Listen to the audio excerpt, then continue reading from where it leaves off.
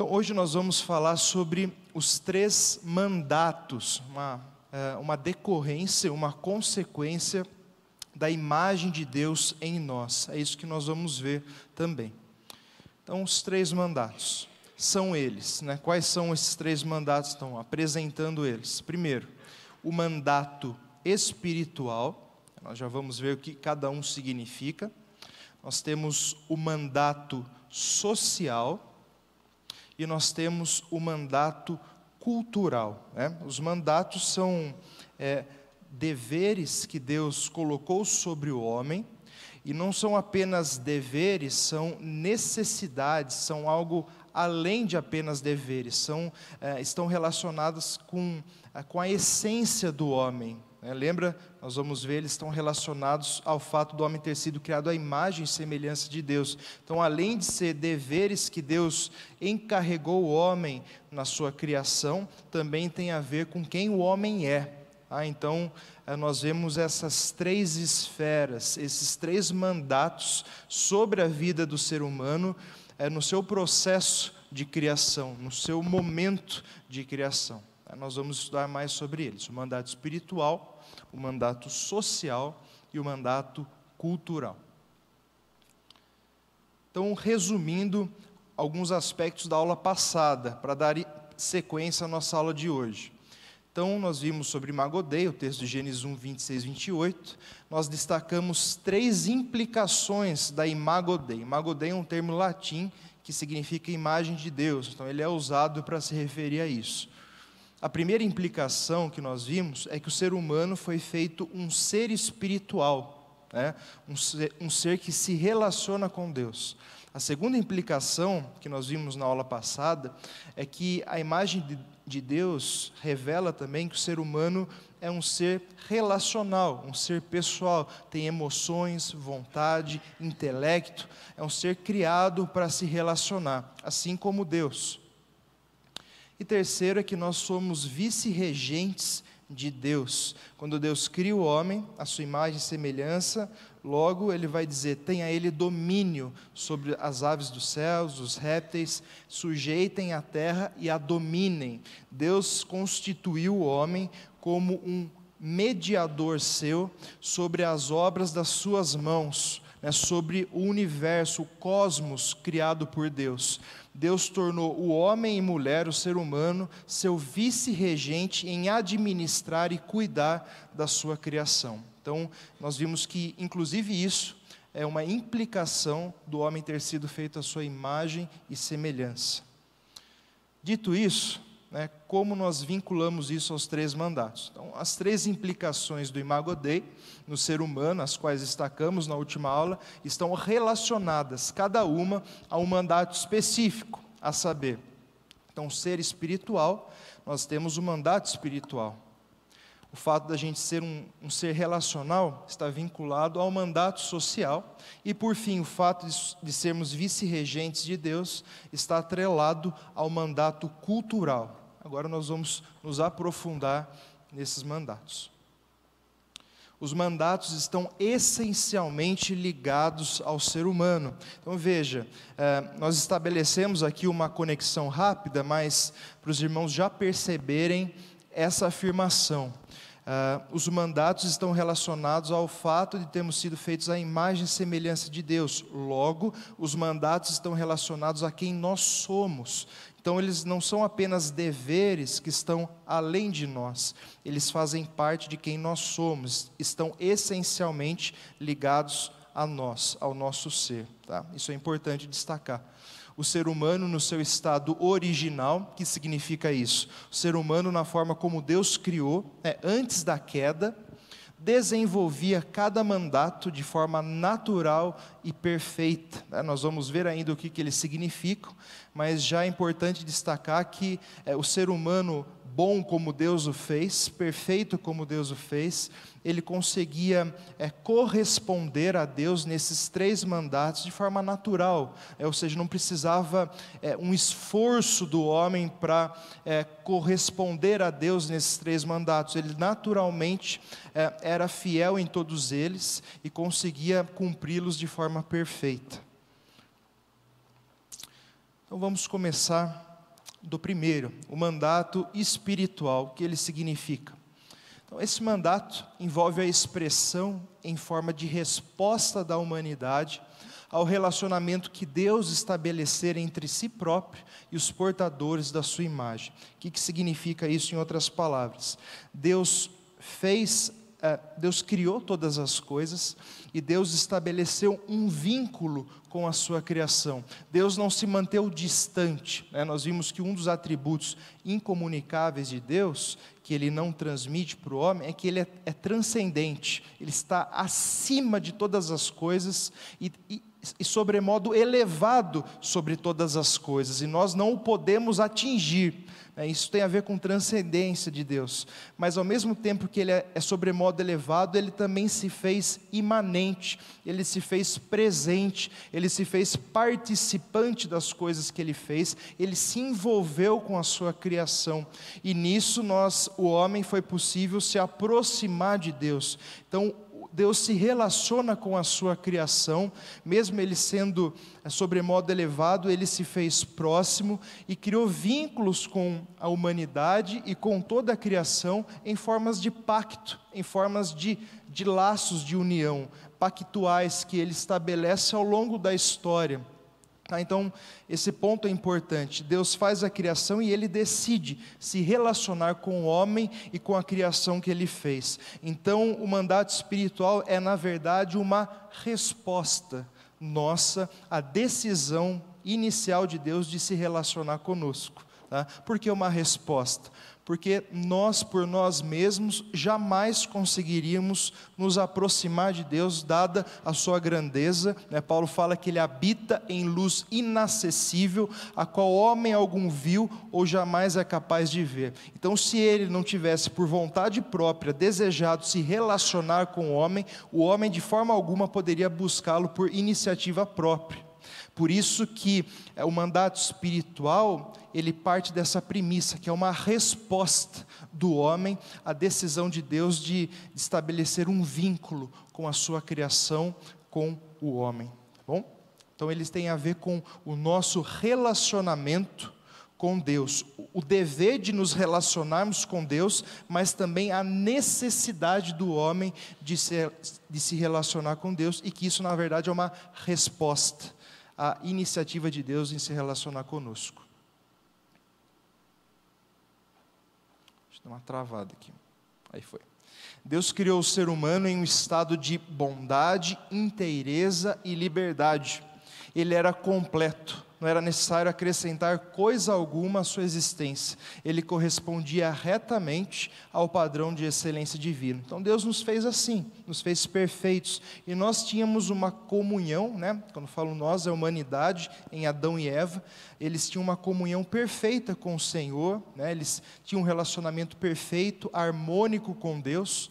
Veja até que quando Deus dá ao homem a responsabilidade e a ordem de não comer da árvore do conhecimento do bem e do mal, ele não tem nenhuma recompensa por fazer isso, percebe? Deus não fala assim, se você não comer, eu vou te dar isso, eu vou te recompensar. Não, o homem já tinha tudo o que ele precisava. O seu relacionamento com Deus, que era a coisa mais importante, já era completo, já era perfeito, nada era necessário ser acrescentado para o homem. Na verdade, ele só tinha o que perder ao comer daquela árvore. Ele não precisava ganhar mais nada, porque o homem já foi feito completo, por inteiro, né? Essa é a ideia.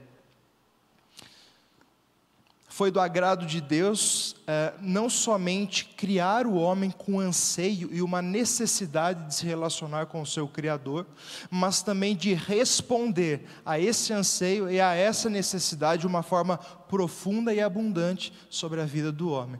Então, Deus nos fez com esse anseio, essa necessidade dentro de nós de o buscarmos, e além de ter nos feito assim, Deus também quis, né, como nós dissemos, por iniciativa própria, suprir abundantemente essa necessidade, se relacionar e completar o homem de forma plena, né? Por isso que nós falamos que o homem sem Deus, o ser humano sem Deus, ele busca desesperadamente algo para preencher esse vazio, mas não consegue, né? As suas tentativas são inúteis. Na verdade, ele sempre tem que buscar algo novo ou aumentar a dose daquilo que ele está buscando, porque nada supre no ser humano aquilo que só Deus pode suprir. Então nós fomos criados para Ele, nós fomos criados para sermos dEle, para nos voltarmos para Ele. Então isso não é só um dever, como nós dissemos, mas é também uma profunda necessidade do ser humano, de se relacionar com o seu Criador, de se relacionar com Deus. E graças a Deus Ele está disposto a suprir totalmente essa necessidade por graça e por amor. Deus se fez imediata, direta, pessoal e intimamente disponível ao ser humano, né? O nosso Deus é um Deus que está perto de nós, esse Emanuel, Deus conosco, um Deus que quis se relacionar conosco de uma forma profunda, indizível, inimaginável, né? Isso se torna ainda mais bonito quando nós vemos até que ponto Deus está disposto a se relacionar com o homem, enviando seu próprio Filho para ser maldito no nosso lugar. Glória a Deus por esse Deus que nós temos. Deus ainda estabeleceu o 7º dia como um dia de descanso, no qual Ele e a humanidade não iriam dirigir a atenção para os desafios do cosmos, né, da criação, e sim cada um para o outro. Então é interessante que nesse sentido, nesse profundo relacionamento que Deus nutria com o homem, à medida que esse cuidava e administrava a criação que Deus o encarregara, Deus separou um dia a cada período de 7, para que tanto Deus como o homem descansassem das suas obras e pudessem dedicar um tempo de uma forma ainda mais intensa de um para com o outro, né? Então, nesse mandato espiritual, nós temos esse destaque do 7º dia, que desde a criação Deus o estabeleceu, não que nos outros dias não haja relacionamento, mas que nesse dia seja um dia separado para o homem buscá-lo de forma ainda mais intensa, profunda e dedicada. Então isso tem a ver com o mandato espiritual também. Deveria ser um tempo determinado a cada período de 7 dias para o exercício de uma forma ainda mais intensa do vínculo de vida e amor que os unia, Deus e o ser humano que criara. Em resumo, esse mandato deveria ser cumprido pelo homem em uma comunhão constante e diária com Yahvé, expressando amor, honra, devoção e louvor, enquanto fosse enfrentando os desafios e privilégios de cada dia, né? Então esse é o resumo, sendo que no 7º se dedicar ainda mais, né, a esse relacionamento. Então, seria um resumo do mandato espiritual. Alguns textos para nós visualizarmos isso ainda melhor. Salmo 16, 11. Tu me farás ver os caminhos de vida, na tua presença plenitude de alegria, na tua destra delícias perpetuamente. Textos que falam da nossa necessidade de Deus e de como Deus supre isso de forma abundante. Eclesiastes 2, Salomão refletindo das coisas boas da vida desta terra, ele diz: nada melhor para o homem do que comer, beber e fazer que a sua alma goze o bem do seu trabalho. No entanto, vi também que isso vem da mão de Deus, pois separado deste, quem pode comer ou quem pode alegrar-se? Né? Essa é a reflexão de Salomão. Salmo 34, 8, provai e vede que o Senhor é bom, bem-aventurado o homem que nele se refugia. João 4, 13 e 14, Jesus afirmou-lhe Jesus: quem beber dessa água tornará a ter sede, aquele porém que beber da água que eu lhe der nunca mais terá sede, pelo contrário, a água que eu lhe der será nele uma fonte a jorrar para a vida eterna. Jesus falava isso a respeito desse relacionamento. Eu vim para que tenham vida e a tenham em abundância. Então essa água que Jesus dá satisfaz totalmente a nossa necessidade, que só Deus, que só Jesus pode preencher perenemente. E por fim, Jeremias 2,13, porque 2 males cometeu o meu povo, a mim me deixaram o manancial de águas vivas, e cavaram cisternas rotas, que não retêm água. Então o povo abandonou o Senhor, que era o manancial de águas vivas, e cavou para si mesmos poços rachados, que não retêm água. Qualquer coisa que nós tentamos preencher em nós, que não seja Deus, é um poço rachado que não retém água, ou seja, é passageiro a alegria que qualquer coisa pode dar para nós que não seja o Senhor. Só Ele é o manancial de águas vivas, que suprirá totalmente a minha e a sua sede. O pecado e o mandato espiritual. Então nós pintamos o retrato, de como tudo era bonito. Deus havia feito o homem inteiro, completo, num vínculo de vida e amor com o seu Criador. Um relacionamento diário, intenso e profundo. Com a entrada do pecado na vida do ser humano, esse se distanciou do seu Criador, teve vergonha, medo e culpa, se escondeu do Senhor, quando Deus veio confrontá-lo pelo seu pecado, o homem se escondeu, teve medo, se cobriu, teve vergonha. A relação intensa de amor e vida foi profundamente fragilizada e corrompida pela desobediência e rebeldia humanas. Então aquele relacionamento profundo, próximo e constante recebeu um golpe do pecado, foi fragilizado, foi corrompido, de forma que o homem, a partir de agora, enfrenta grandes lutas, inclusive lutas, principalmente interiores, para se aproximar de Deus. O homem passou a rejeitar naturalmente a Deus, e ao invés de buscá-lo naturalmente. Então lembra, o homem cumpria naturalmente o mandato espiritual, para ele era algo constante, diário, algo normal, natural, e agora, quando o pecado entra no mundo, a Bíblia diz que nenhum homem busca a Deus. Romanos 3 vai dizer isso. O homem naturalmente passa a rejeitar a Deus. O nosso coração fica manchado e sujo pelo pecado, e o homem, depois de Adão, não busca a Deus naturalmente, pelo contrário, o rejeita naturalmente. Então, o ser humano, que é entregue a si mesmo, ele jamais vai dizer, eu quero Deus, eu preciso de Deus. Senão, Deus tomar iniciativa e transformar, regenerar o seu coração, para que ele possa crer. O homem entregue a si mesmo, ele é totalmente alheio a Deus, ele jamais vai desejar a Deus por si mesmo. O salmista Davi vai dizer, eu nasci na iniquidade, em pecado me concebeu minha mãe.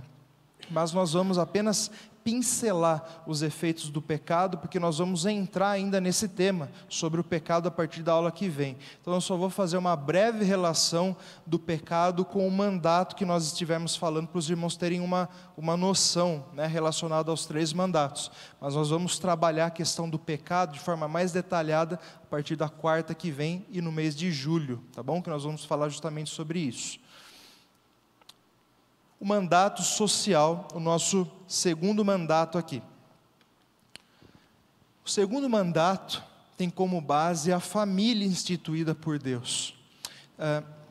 Então, o homem como cabeça do lar, autoridade, mas ao mesmo tempo reconhecendo a sua mulher como uma igual em valor diante de Deus, e tratando-a com ternura e sensibilidade.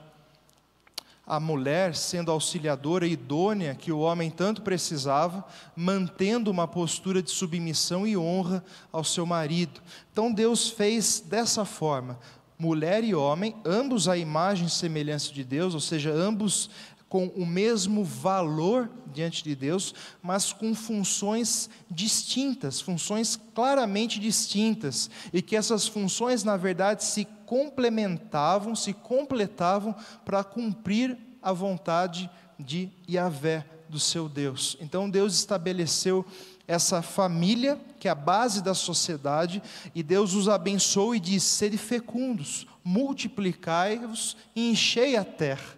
Então a base do mandato social é a família. O mandato social é o dever, mas também, novamente, a necessidade do homem de se desenvolver e de se relacionar em sociedade e principalmente em sua família, que é a base da sociedade. Ambos trabalhavam como vice-regentes de Deus, constituindo assim uma família, ao deixar pai e mãe. Então se multiplicavam, enchendo a terra com a imagem de Deus, né? Lembra disso que nós falamos na aula passada? Esse era o propósito de Deus, encher a terra com a sua imagem, né? Através da família. Dessa forma, esse mandato provê a base divinamente ordenada para o casamento, para a família restrita e para a família extensiva, que seriam os clãs, as nações e a comunidade da humanidade em todo o mundo. Então, a partir desse mandato, nós temos as bases de Deus de como deve funcionar o casamento e, por conseguinte, a família e, então, a sociedade de uma forma geral, que é constituída por famílias. Tá?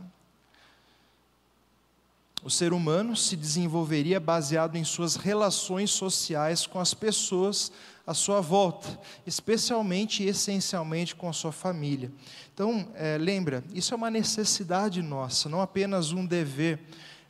Nós somos hoje, você e eu, nós somos fruto do investimento de outras pessoas em nós. Alguém tem sombra de dúvida disso? Isso é muito claro, né? Nós estamos onde estamos por causa do nosso envolvimento, principalmente familiar, mas também social. Nós somos fruto do que outras pessoas depositaram em nós. O homem precisa disso. Deus estabeleceu e formou o ser humano para ser um ser relacional, pessoal, que precisaria desse relacionamento para se desenvolver e para crescer. Então, veja, nós precisamos uns dos outros, né? Essa também é a base da igreja, essa unidade na diversidade, mas tudo isso começa na família que Deus institui, né?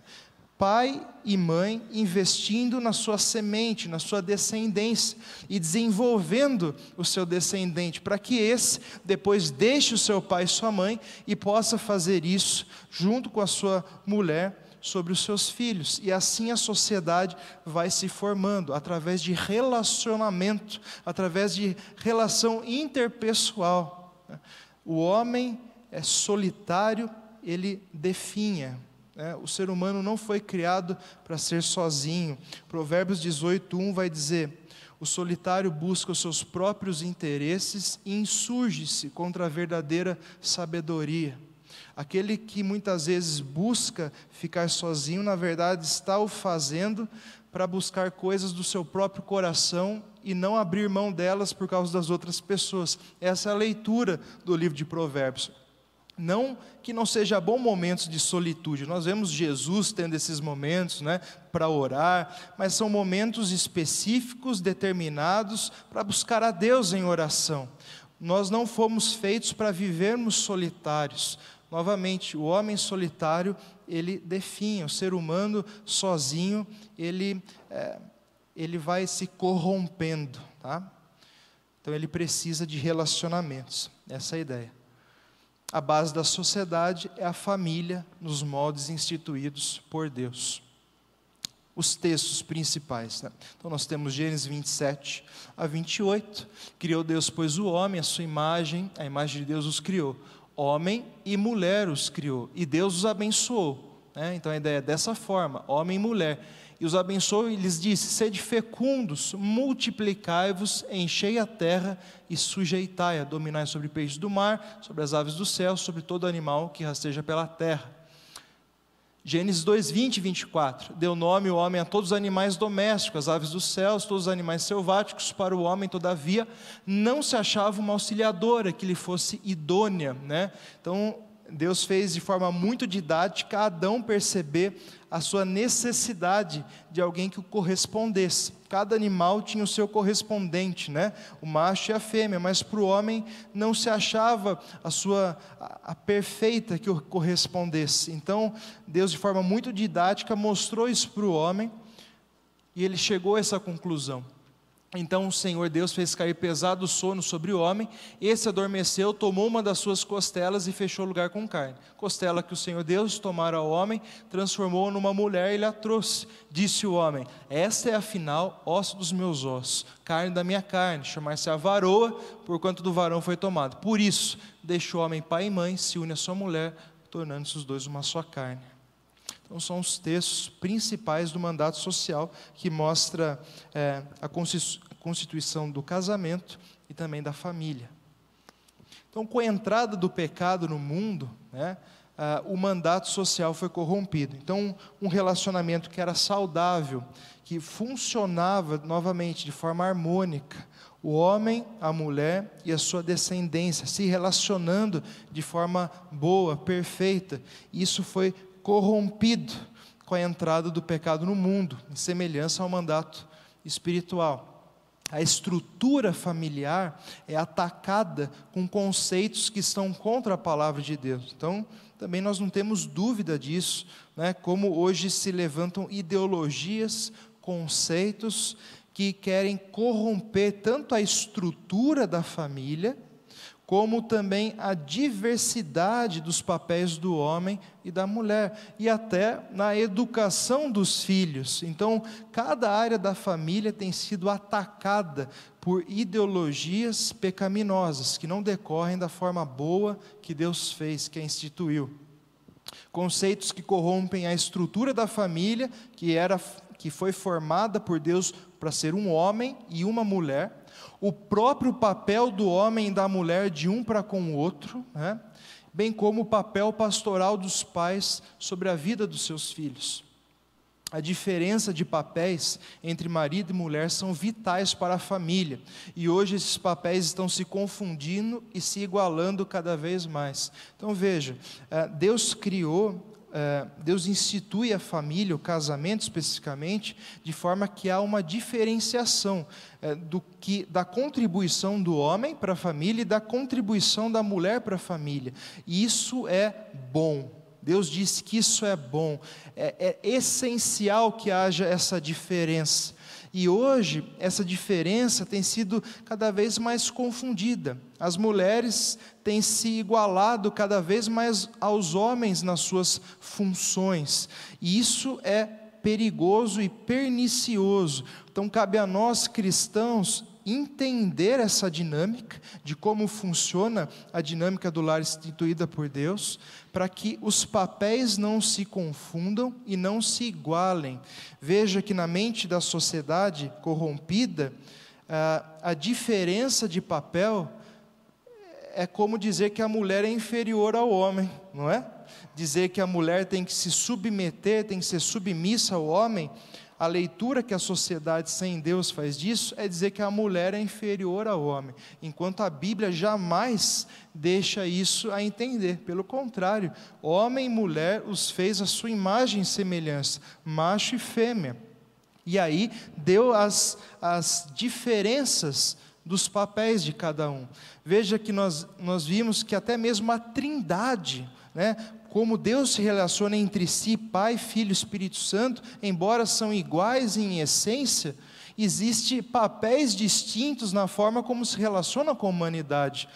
O Pai como autoridade, o Filho sendo submisso ao Pai e o Espírito submisso ao Filho. E submissão, fica claro, a começar pela Trindade, que não significa diminuição de valor. Isso se aplica também ao casamento, as funções distintas do homem e da mulher. Então, essa confusão dos papéis, esse tornar a mulher igual ao homem, é na verdade uma corrupção e não uma conquista para a mulher e para a família. A corrupção do relacionamento marido e mulher leva à corrupção do relacionamento pais e filhos, e que, por sua vez, leva à corrupção aos relacionamentos interpessoais gerais. Então, tudo começa no casamento, no relacionamento dos pais e com os filhos, na família como um todo. Quando a família é corrompida, a sociedade se corrompe. Então, quando nós falamos ali, puxa, só tem político corrupto, você pode ver que isso começa nas famílias, que é a base da sociedade. O político só chegou lá porque ele saiu de uma família que lhe deu valores, conceitos, educação, disciplina, né? É claro que isso não é um fator determinante. A gente sabe que tem muita gente que sai de uma família ruim e se torna alguém bom. Tem gente que sai de uma família boa, né, e se torna uma pessoa má. Então a gente sabe que não é um fator determinante, mas é muito influente, né? Muito influente. São algumas exceções que nós vemos. Então, lembre sempre disso. A família é a base da sociedade. Ela é instituída por Deus e a corrupção da família, dos modos que Deus a instituiu, leva à destruição da sociedade. Por isso que o diabo, como nunca, ele quer atacar os casamentos, quer atacar os papéis do homem e da mulher, né? Tornando o homem cada vez mais feminino e masculinizando cada vez mais a mulher. E quem sente isso é os filhos, que vai crescer e vai se relacionar da mesma forma, se não pior. Tá? É isso que nós vemos, infelizmente. Reiterando, então, tudo começa na família, pois essa é a base da sociedade. E o terceiro mandato, o mandato cultural. Então, o primeiro mandato, o mandato espiritual, o dever e a necessidade do homem de se relacionar com Deus. O mandato social, o dever e a necessidade do homem de se relacionar em sociedade e em família. E o mandato cultural, nós vamos falar sobre ele agora. Então, o homem e a mulher foram criados para executar suas prerrogativas reais como vice-regentes de Deus, governando sobre o cosmos, desenvolvendo e simultaneamente mantendo. Então veja que nós vinculamos o mandato cultural ao fato de que nós somos vice-regentes de Deus. Lembram disso? Nós fizemos isso no começo. Deus criou o homem para ser o seu governante sobre a terra. Deus decidiu exercer a sua soberania sobre as coisas que Ele fez, mediada pelo homem, mediada pela humanidade. Então é uma soberania mediada de Deus, usando o homem como seu vice-regente, né? Como se fosse o faraó e José, né? Faraó é o nome do Egito e José era aquele que coordenava todas as coisas. Então Deus é aquele que é soberano sobre tudo, mas elegeu o homem para cuidar, administrar e manter a sua criação. Todas as formas de vida na terra foram de forma específica colocadas sob a supervisão dos vice-regentes humanos. Nós vimos, tenha domínio sobre as aves do céu, sobre os répteis, sobre os animais domésticos, enfim, os animais e a vida foi colocada debaixo da autoridade do homem. Com essa responsabilidade veio também o privilégio de usar as plantas, seus frutos e sua semente para manter a vida e a energia para realizar as tarefas reais. Então tudo, desde a flora, fauna, tudo estava colocado debaixo da autoridade do homem, do governo e da administração humanos, tá bom? Então isso fica muito claro ali. O mandato cultural, na verdade, é o dever e a necessidade do homem de trabalhar, administrando e cuidando da criação que Deus fez. Então o mandato cultural, ele tem a ver com o trabalho, com a administração do homem das coisas que Deus fez. Então veja que o trabalho não é algo ruim. O trabalho é algo bom que de fato dignifica o homem, é uma necessidade do homem. O homem sem fazer nada, ele também definha. Nós fomos criados para servir a Deus, servindo uns aos outros e cuidando da criação que Deus fez. Temos várias formas de fazer isso, mas isso faz parte de quem nós somos. Eu costumo falar que o céu é chamado de descanso, não porque não vai ter trabalho, nós vamos servir ao Senhor para todo sempre. O céu é chamado de descanso porque não vai haver mais pecado, e é isso que nos consome. O trabalho se tornou penoso depois que o pecado entrou no mundo. Antes era algo totalmente agradável, não era penoso. Ele se tornou penoso com o suor do seu rosto, tirará do sustento da terra. Essa é a maldição que Deus colocou sobre o homem relacionado ao trabalho. Mas o trabalho é algo deleitoso, é algo que faz parte de nós. Procure sempre servir a Deus e ao próximo de alguma forma.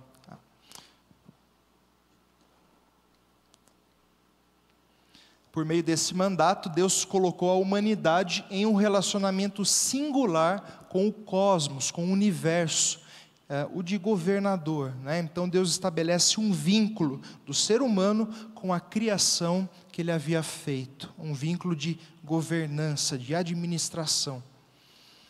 Todavia, esse governo, né, essa administração, como nós dissemos, envolvia trabalho, o que na verdade é tanto um privilégio, como também uma responsabilidade para a humanidade. Então, o homem fazia isso com alegria, mas também era um dever que Deus havia colocado sobre ele. Os textos sobre isso. Então, destacando aqui novamente, o texto que nós já vimos, Deus fez o homem à sua imagem, colocou, tenha ele domínio sobre os animais. Aí embaixo vai dizer, sede fecundos, multiplicai-vos, enchei a terra e sujeitai-a. Ele diz novamente, dominai sobre os animais, enfim. E disse Deus ainda, eis que vos tenho dado todas as ervas que dão sementes, se acham na superfície de toda a terra, todas as árvores em que há fruto que dê semente, isso vos será para mantimento. Então, a partir desse texto. Há também Gênesis 2, 5, 7, Deus fala da criação do mundo, e ele chega, Deus fala que fez todas as coisas, e ele diz assim, não havia ainda nenhuma planta no campo da terra, pois ainda nenhuma erva do campo havia brotado, porque o Senhor Deus não fizera chover sobre a terra, e também não havia homem para lavrar o solo, mas uma neblina subia da terra e regava toda a superfície do solo. Então, ou seja, diante dessa necessidade que o texto apresenta, não havia homem para lavrar o solo, então, essa ideia, formou o Senhor Deus ao homem, do pó da terra e lhe soprou nas narinas o fôlego de vida, e o homem passou a ser alma vivente. Então o homem foi formado em um contexto de necessidade da criação de Deus. É lógico que Deus poderia suprir isso sem o homem, mas Deus decidiu usar o homem para ser esse administrador da sua criação. Então perceba que a formação do homem se deu em uma necessidade da criação que Deus havia feito. E ainda Gênesis 2, 15, 18. Tomou, pois, o Senhor Deus ao homem e o colocou no jardim do Éden. Para quê? Para o cultivar e o guardar. E o Senhor Deus lhe deu essa ordem, de toda árvore comerás livremente, mas da árvore do conhecimento do bem e do mal não comerás, porque no dia que dela comeres, certamente morrerás. Disse mais o Senhor Deus, não é bom que o homem esteja só, far-lhe uma auxiliadora que lhe seja idônea. Então veja, quantas coisas interessantes, né? Deus colocou o homem no jardim com um propósito de trabalho, para o cultivar e o guardar. Deu a ele então deveres e privilégios. Você pode comer de todas as árvores, mas daquela árvore você não pode comer. Dever e privilégio. E nesse ambiente de que o homem fora encarregado por Deus de ser responsável por esse trabalho, ele falou, não é bom que o homem esteja só. Agora surge uma necessidade da parte do homem, ele precisa agora de um complemento para realizar aquilo que Deus havia colocado sobre ele. Há uma necessidade agora sobre a vida do homem. Então Deus disse, não é bom que o homem esteja só, far-lhe uma auxiliadora que lhe seja idônea, que o complete perfeitamente para que ele possa com eficácia dar conta de tudo aquilo que Deus o havia encarregado para ser e fazer. A mulher é aquela que completa perfeitamente o homem para tudo aquilo que ele precisa ser e fazer, né? Então essa é a ideia do texto. Então tanto a criação do homem, do macho, se dá no ambiente de trabalho, como a criação da mulher, da fêmea, também se dá num ambiente de necessidade de trabalho, também por parte do homem. Coisas interessantes que nós destacamos aí. O pecado e o mandato cultural. Então, o que o pecado afetou nesse dever e necessidade do homem de administrar e cuidar da terra, da criação que Deus fez? pecado tornou o trabalho penoso e o descaracterizou. A preguiça, a procrastinação, né, esse negócio de enrolar para fazer, o desleixo, a ganância, são apenas alguns exemplos de pecados que se associaram à corrupção do trabalho. Então, com o pecado, várias coisas se tornou o trabalho difícil, né? O trabalho em si mesmo e o próprio coração do homem, que levanta várias dificuldades, né, em termos de pecado, para se relacionar com a criação de Deus. Não apenas o trabalho, de uma forma geral, se corrompeu, mas também todas as estruturas do trabalho, como política, artes, educação, medicina, comércio, tecnologia, ciências, enfim, cada estrutura de trabalho foi corrompida com a entrada do pecado no mundo. Deixa eu colocar mais uma coisa aqui. Uma vez que o mundo jaz no maligno, 1 João 5,19, parte B, todas as áreas, essas que nós citamos, política, educação, artes, tudo que você puder imaginar, passaram a ter uma direção caída e degenerada pelo pecado. Ou seja, dá um exemplo, a medicina que nós vemos hoje aí, ela está numa direção corrompida pelo pecado. Ela está indo numa direção que Deus não queria que ela fosse.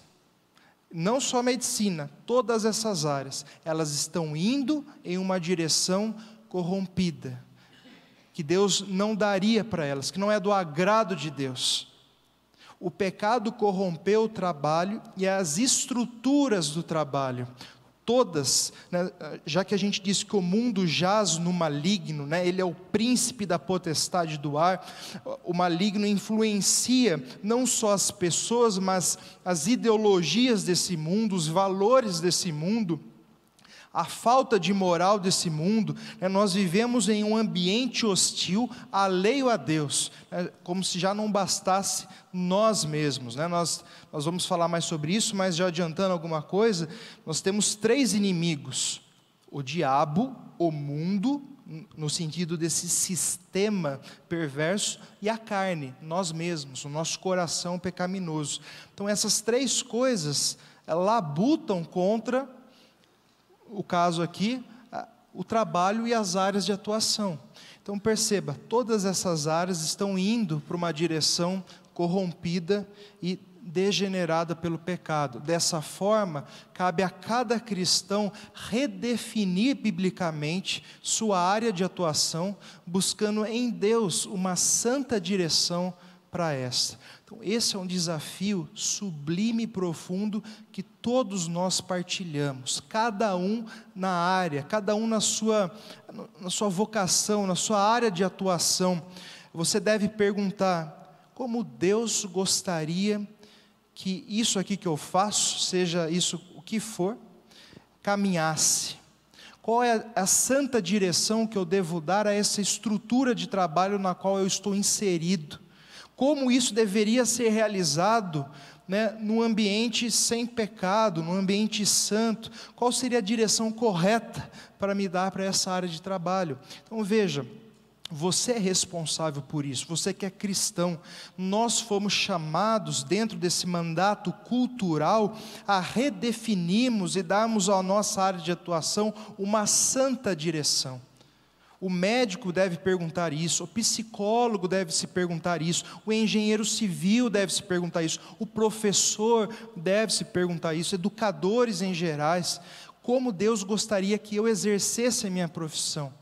E não é apenas, né, às vezes nós pensamos que fazer o nosso trabalho e glorificar a Deus com ele é apenas, por exemplo, orar antes de começar a trabalhar, ou orar com os funcionários da nossa empresa, ou talvez dar coisas de graça para as pessoas. Deus quer que você faça tudo isso realmente é bom e glorifica a Deus, mas não é apenas fazendo isso que você glorifica a Deus com o seu trabalho. Percebe? Você precisa também dessa consciência de redefinir a direção do seu trabalho. Isso envolve muito mais coisas do que apenas orar com as pessoas, orar pelo seu trabalho. Isso envolve desafios muito mais profundos, que até eu como pastor não tenho condições de mostrá-los para você, Quem tem condição de ver isso na medicina é os médicos. Quem tem condição de ver isso em qualquer área é a pessoa, é o profissional daquela área cristão, que teve a sua mente transformada pelo Evangelho, que buscando a Deus na sua palavra, em relacionamento com Ele, pode agora redefinir de forma santa a sua área de atuação. Então veja quantos desafios nós temos para nós. Eu quero que você entenda essa realidade e entenda que você foi chamado para isso também. Você glorifica a Deus também desempenhando o seu trabalho com essa consciência, né?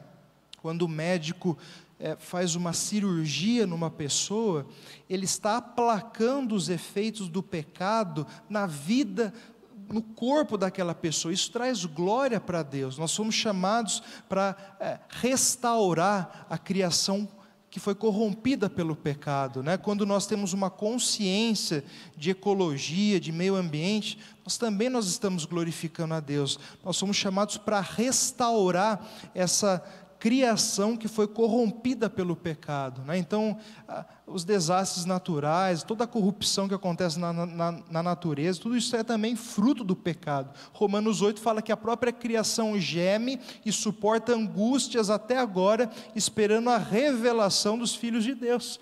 A própria natureza será redimida do seu cativeiro de corrupção com a volta de Jesus. Tudo vai ser transformado, não só nós com corpos glorificados, mas a própria criação de forma geral será restaurada pela vinda do Senhor Jesus. Enquanto esse dia não chega, nós somos chamados para ir restaurando a criação e dando às nossas áreas de atuação uma santa direção. Este é um grande e sublime desafio, dado a cada filho de Deus na sua área relacionada ao seu mandato cultural. Para resumir, para a gente terminar a aula, eu quero mostrar um gráfico. Achei muito legal, muito didático esse gráfico. Tirei ali, né, tem aqui pequenininho, do livro do Gerhard van Groningen, Criação e Consumação. Então ele vai resumir, né, a relação dos 3 mandatos conosco. Infelizmente está acabando a bateria disso daqui, não está cortando a luzinha, mas vamos tentar aqui. Então vamos lá, a gente tem o Deus triuno, né, que fez todas as coisas. Ele estabeleceu o seu reino, o reino de Deus, né? Ele tem o seu reino. Abaixo do seu reino, dentro do seu reino, dentro do seu domínio, tem o cosmos, o universo que Deus estabeleceu. Tem mais coisa debaixo do reino de Deus, né? Tem mais coisas talvez que até Deus não nos revelou, mas dentro do seu reino existe a sua criação que nós conhecemos, o universo, né? Então isso está debaixo do reino de Deus, o cosmos. Deus estabeleceu uma relação dele com aquilo que ele fez. Lembra que nós falamos lá no começo? Ele faz isso através de pactos. Ele estabelece um vínculo entre ele e a humanidade e a sua criação de forma geral. A isso nós chamamos de mandato espiritual, que essa iniciativa de Deus de pactuar com a sua criação e com o homem. A partir disso nós temos o mandato espiritual, essa necessidade e o dever do homem de buscar e se relacionar com Deus. É uma resposta à união pactual de Deus.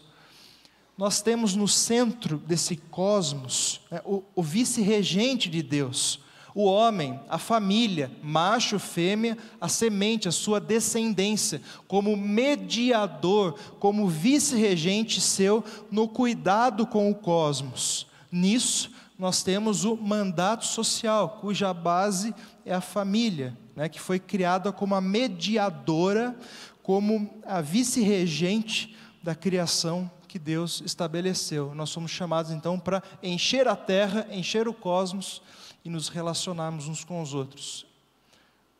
Dentro do cosmos nós temos áreas de atuação para cuidar dele: educação, artes, comércio, política, indústria, tecnologia, medicina, ciências.